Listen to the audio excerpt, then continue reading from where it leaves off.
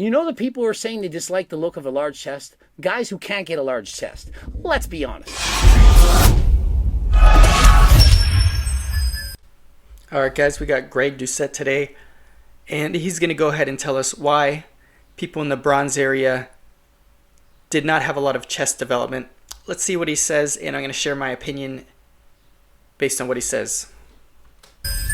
Coach Greg, in today's video, did you ever notice how the best physiques from the early 1900s all had flat chests? Well, in today's video, I'm going to explain exactly why that is, and I'm also going to explain how the goal of achieving the Greek god body, how that's completely shifted over the last several decades. And so many of you are training for the aesthetics, the small waist, the wide shoulders, and the protruding chest. But why is that?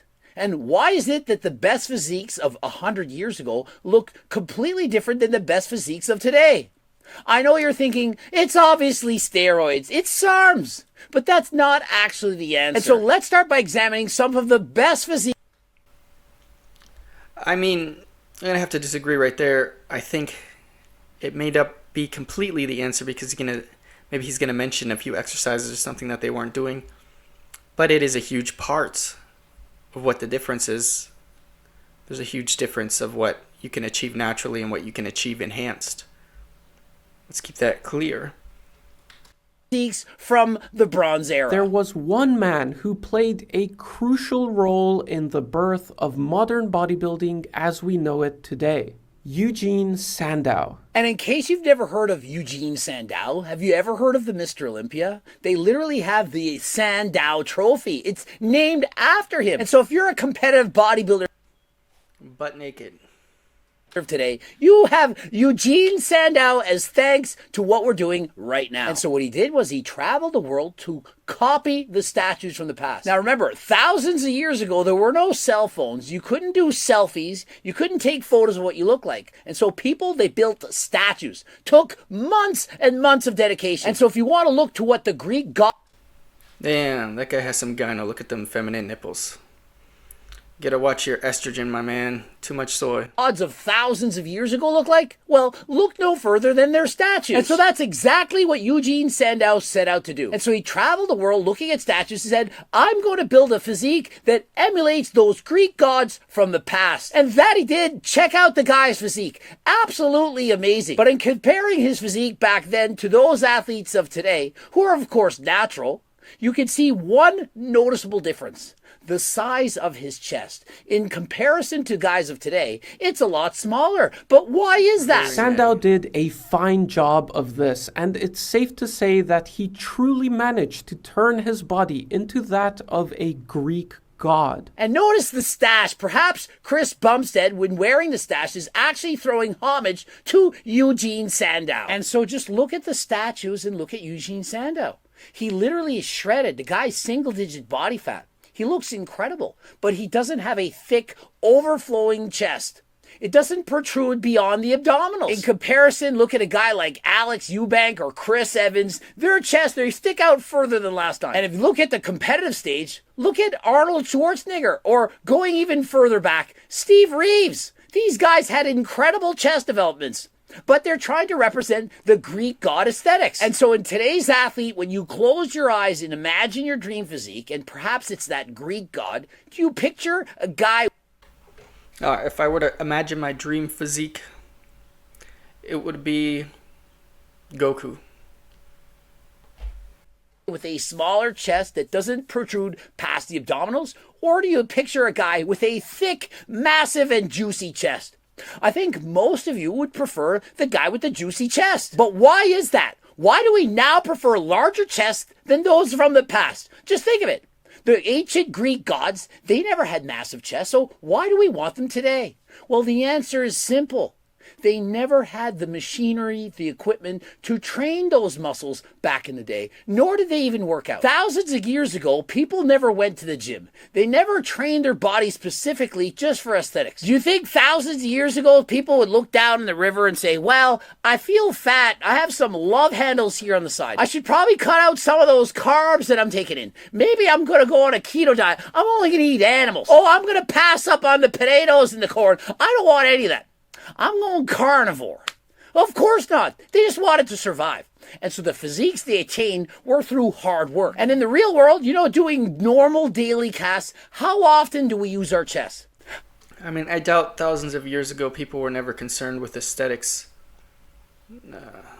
Humans were always attracted to physical traits, so physical traits were always a point of interest for humans.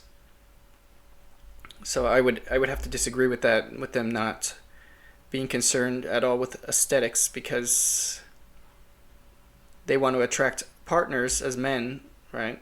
And women are obviously going to be attracted to the most attractive men. That isn't something that changed with time. That's something that's instinctual, that's engraved into our DNA. How often are we laying under a car or an animal forced to push them off of us? Not that often. And so there was a lack of training done to contribute to the growth of our pecs. And so in the early 1900s, they had very limited equipment, mostly just dumbbells and barbells. And so the exercises that were performed were those they could do with dumbbells and barbells. Not too many exercises would directly affect the chest. They trained a lot more like strongmen competitors of today with overhead pressing and so on. Sandow organized the first bodybuilding competitions. Okay. He judged them according to his own standards. And so in early bodybuilding, Oh yeah, that's true. It's true. They had no barbell. They had no benches for bench pressing. And those guys in that first bodybuilding competition, they sort of look like, I don't know, like track runners. They're not very muscular. in competitions, they never needed to have well-developed chests because that wasn't the look they were going for. And even look into the 70s and 80s with Arnold Schwarzenegger. Notice the difference in leg development. And so depending on the judging standards, you are going to see very different physiques. And so because there were no real emphasis on pec development in the first several bodybuilding competitions, people never had to develop their chests. And we see that as the years go by. We have Arnold Schwarzenegger. Look at his legs in comparison to his upper body. His legs not really that well developed, nor were they that lean.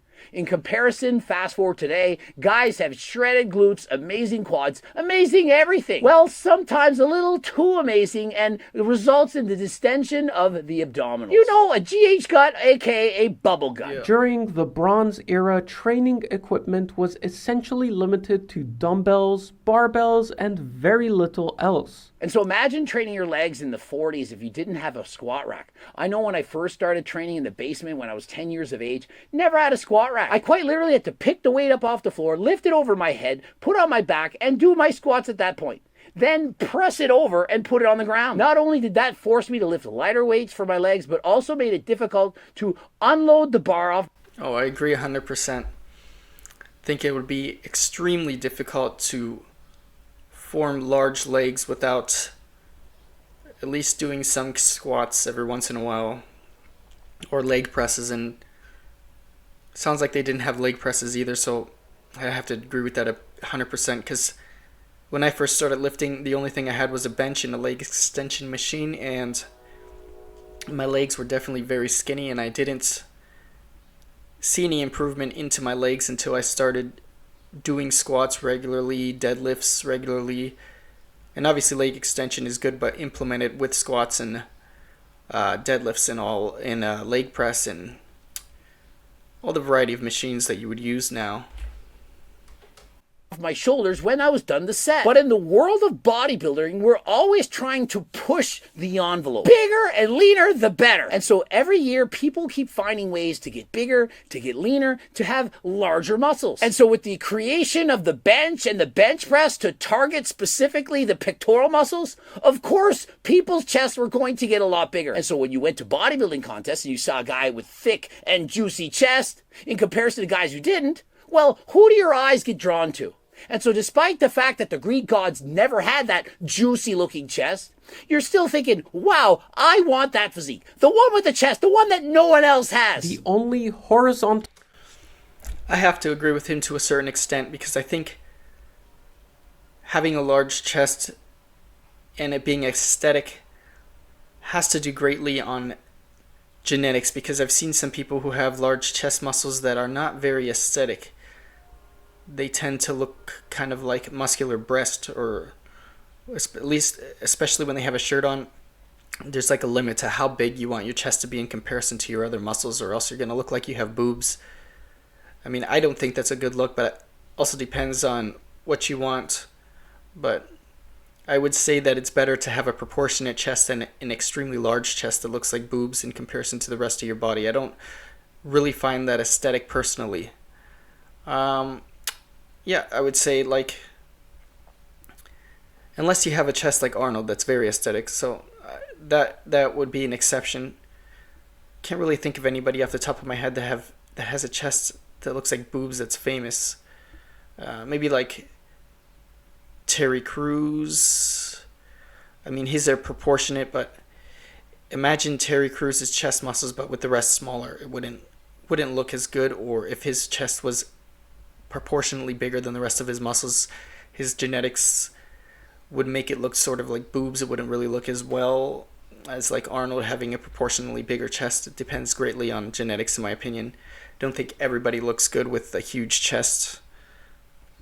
To be honest, I would say proportionate, which is bodybuilding anyways. So I would say it's subjective.